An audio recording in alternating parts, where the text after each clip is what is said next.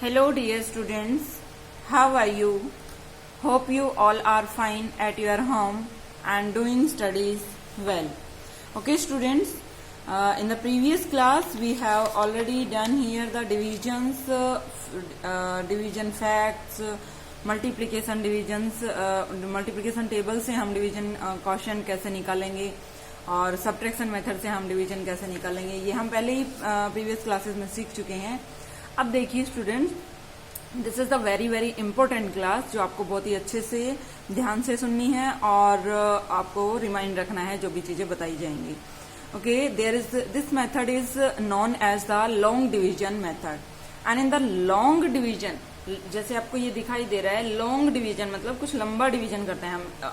पीछे जो क्लासेस थी उनमें हम क्या कर रहे थे, एक ही लाइन में आपका आंसर फिनिश हो रहा था, बट यहाँ आपको लॉन्ग डिवीजन काफी सारे स्टेप्स का यूज करना पड़ेगा and then you can solve this question.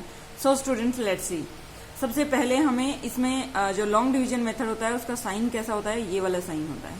Is this clear students? This will be the sign of the long division method. और जो यहाँ रखते हैं वो नंबर, पहले वाला जो नंबर लिखा हुआ है उसको आप अंदर रखोगे in the inside and the next number is in the outside. Is this clear students? अब ये जो नंबर होता है इसे हम क्या बोलते हैं, जिसे हमें डिवाइड करना होता है। ये चीज मैं पहले भी करवा चुकी हूँ आपको। इस नंबर को क्या बोलते हैं हम, डिवाइडेंड। और जो नंबर बाहर लिखा होता है, आउटसाइड में होता है, उस नंबर को जिससे हमें डिवाइड करना होता है, तो किससे डिवाइड करना है हमें, यहाँ 7 से डिवाइड करना है। तो 7 यहाँ क्या हो गया, डिवाइजर। जिससे हमें डिवाइड करना होता है उसे हम डिवाइजर बोलते हैं, और जिसको हमें डिवाइड करना होता है वो होता है डिवाइडेंड। जो हमारे पास आंसर आता है जिस पर डिवाइड किया जाता है वो नंबर क्या हो जाता है, क्वोशिएंट। क्या हो जाता है वो आंसर में जो रिजल्ट हमें मिलता है उसे क्या बोलते हैं, क्वोशिएंट। और जो इन दोनों का प्रोडक्ट करने पर जो आंसर आता है वो हमें इस नंबर के नीचे लिखना होता है। वो हो सकता है इससे छोटा भी आ सकता है, इसके बराबर भी आ सकता है, इससे ज्यादा कभी नहीं लिखना है। Is this clear students?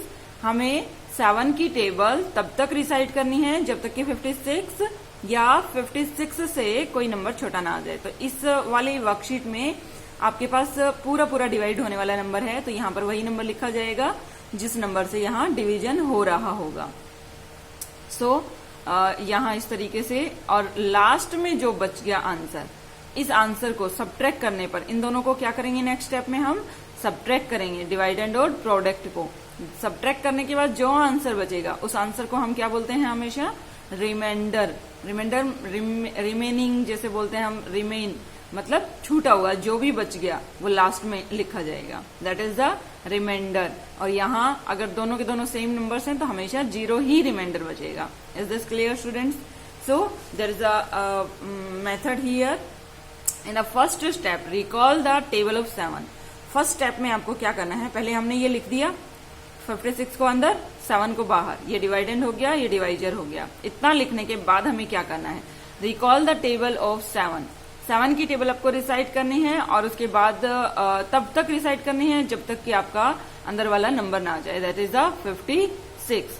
तो 7 8 जा 56, it means 8 times of 7 is 56। तो जो 8 टाइम्स है उसे हम यहां लिखेंगे, that is the 8। Right the product of 7 and 8 underneath 56।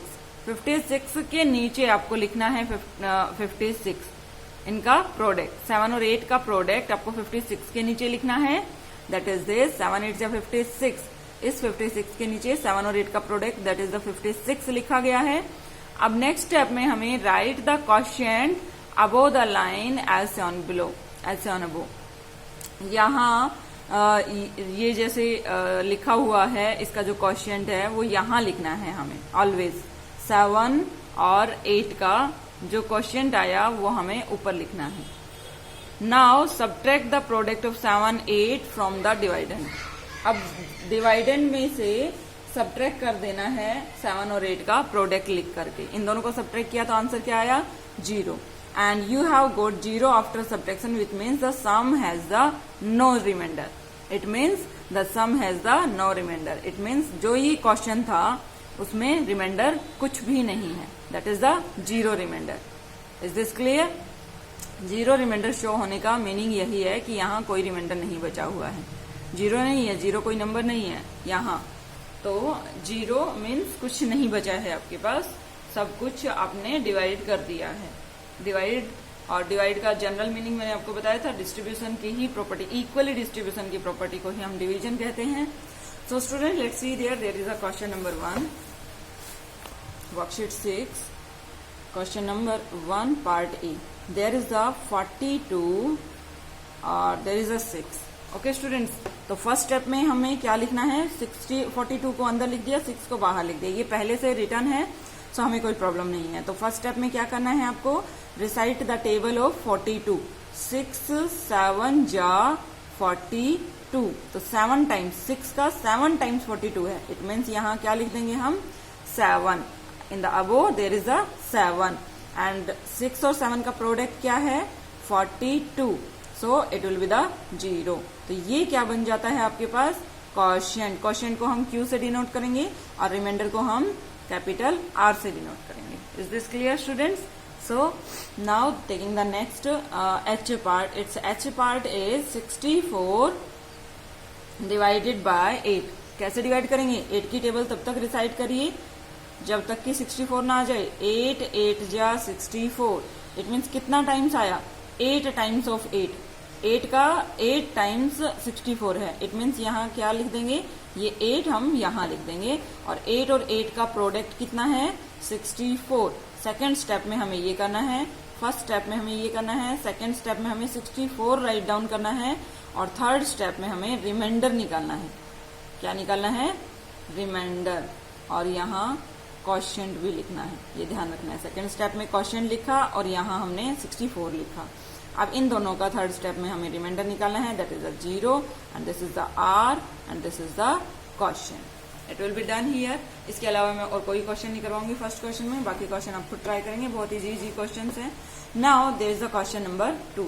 देखिए क्वेश्चन नंबर 2 में क्या है, 18, there is the part A, 18।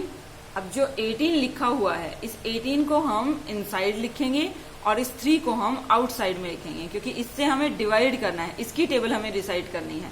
ये डिवाइड होने वाला नंबर है जिसे हमें डिवाइड करना है, तो जिसे डिवाइड करना होता है उसे इनर में लिखते हैं, और जिससे डिवाइड करना है, 3 से डिवाइड करना है, तो 3 को हम आउटसाइड में लिखेंगे।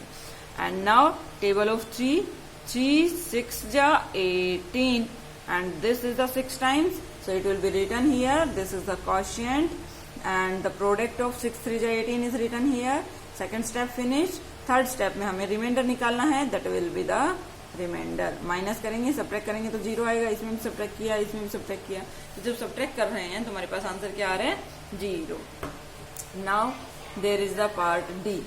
इन the part D there is given here 70 is in the inside and 10 is at the outside.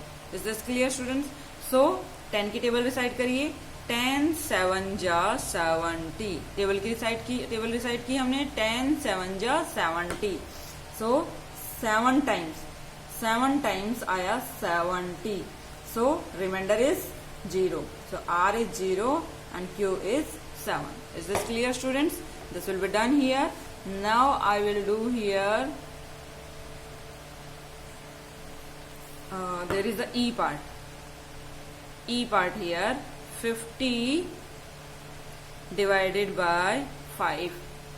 50 को हमें 5 से डिवाइड करना है। देखिए 50 10 जा, हमें पता है कितना होता है, 50 10 जा 50. It will be done here. There is a remainder 0. Remainder is 0. ये यहाँ लिखिए या फिर यहाँ लिखिए, एक ही बात है. This is the quotient. Is this clear students? This will be done here. Now long division methods हम next वर्कशीट में करेंगे. देखिए नेक्स्ट वर्कशीट में हम क्वेश्चंस को कैसे करेंगे, ये वाला मेथड होगा. यहाँ आपके पास, इसमें आपके पास कुछ रिमाइंडर नहीं था. रिमाइंडर आपके पास क्या आ रहा था हर क्वेश्चन में, 0. लेकिन यहाँ देखिए, यहाँ कुछ ना कुछ आपके पास रिमाइंडर बचेगा.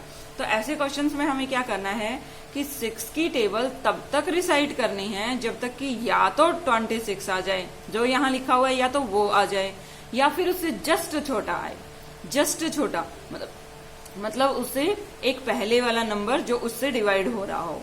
Is this clear students? तो इसकी टेबल इससे किसी एक बड़े नंबर तक पढ़ लीजिए, रिसाइट कर लीजिए, एंड देन उसके छोटे वाला जो नंबर होगा वो हम यहाँ राइट डाउन कर लेंगे। तो देखिए कैसे करेंगे। इसमें the reminder is always less than the divisor.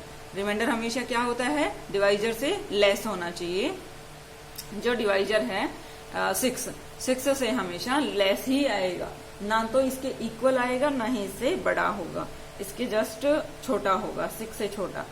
सो ये आपको नोट डाउन करना है नोटबुक में। And now there is recite the table of 6 की टेबल पहले रिसाइट करिए। You will not get 26 in the table of 6। Yes, 26 कभी नहीं आएगा 6 की टेबल में। So recite till you get number which is just less than 26। जो just 26 से छोटा आ रहा है वो नंबर हमने काउंट किया, दैट इज 6 4 जा 24। 6 5 जा करते हैं तो 6 5 जा 30 होता है, जो कि जस्ट इससे बड़ा होता है। तो बड़ा हमें लेना नहीं है, जस्ट उससे छोटा लेना है, तो छोटा 24 ही है। Now subtract this product from the dividend. Dividend में से प्रोडक्ट को सब्ट्रैक्ट करिए, तो आपके पास रिमाइंडर क्या आया यहाँ पर 2।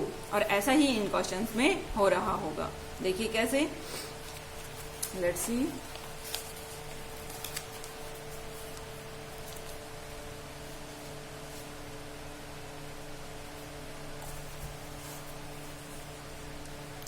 There is the question number 1 here. Question number 1, and there is the worksheet 7. In the worksheet 7, there is question number 1, that is 28 divided by 5. What will we divide here? 28 divided by 5. तो कैसे divide करेंगे?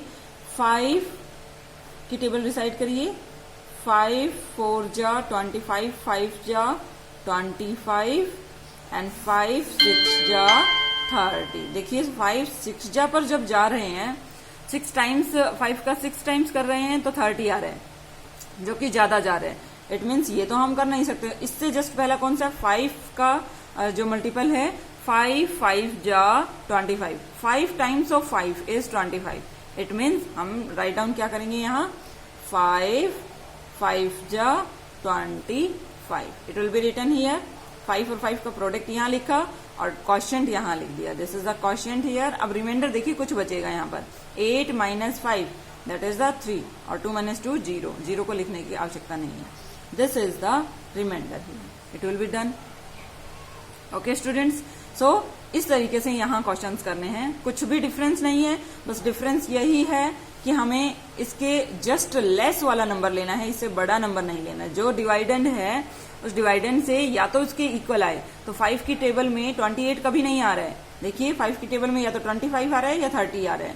It means 28 नहीं है। अगर 28 नहीं है तो फिर कौन सा नंबर हम राइट डाउन करें यहाँ, जस्ट इससे लेस वाला नंबर हम राइट डाउन करेंगे, that is the 25, not the 30. Is this clear? Now there is a last question, H part, I part, that is 5 divided by 11. 5 की टेबल तब तक रिसाइड करिए। 5 2 जा 10. It will be done. 5 2 जा 10. There is one remainder. Is this clear students? Now same here, question number 2 part A. यहाँ हमें क्या करना है, यहाँ पहले से ये टर्म दी हुई है 18 डिवाइडेड बाय 5। तो 18 को हम कहाँ लिखेंगे, इनसाइड, एंड 5 को कहाँ लिखेंगे, आउटसाइड। तो 5 की टेबल रिसाइड करिए। 5 3 जा 15, 5 3 जा 15, 8 - 5 is 3, and there is the remainder is this, and quotient is this. It will be done. Okay students, now there is the last part here, that is the I part, 75 divided by 8. Okay students, ये आपको एक ही दिन में करने की जरूरत नहीं है। दोनों वर्कशीट्स को आप अलग अलग डेज में कर सकते हैं। आज कर लीजिए, एक नेक्स्ट क्लास में कर लीजिएगा। 75 डिवाइडेड बाय 8, तो देखिए कैसे लिखेंगे, 75 अंदर लिखेंगे और 8 आउटसाइड में। 8 9 जा 72, इससे जस्ट लेस लिखना है। 8 10 जो तो 80 होता है, 80 तो 75 से बड़ा है. 8 9 जा 72. So 5 minus 2 is 3. There is 3. So this is the remainder and this is the quotient. It will be done here. Okay, students. Okay, this class is over, students. You will do these worksheets in your fair notebooks. Okay, students. Bye, students. Have a nice day. Thank you.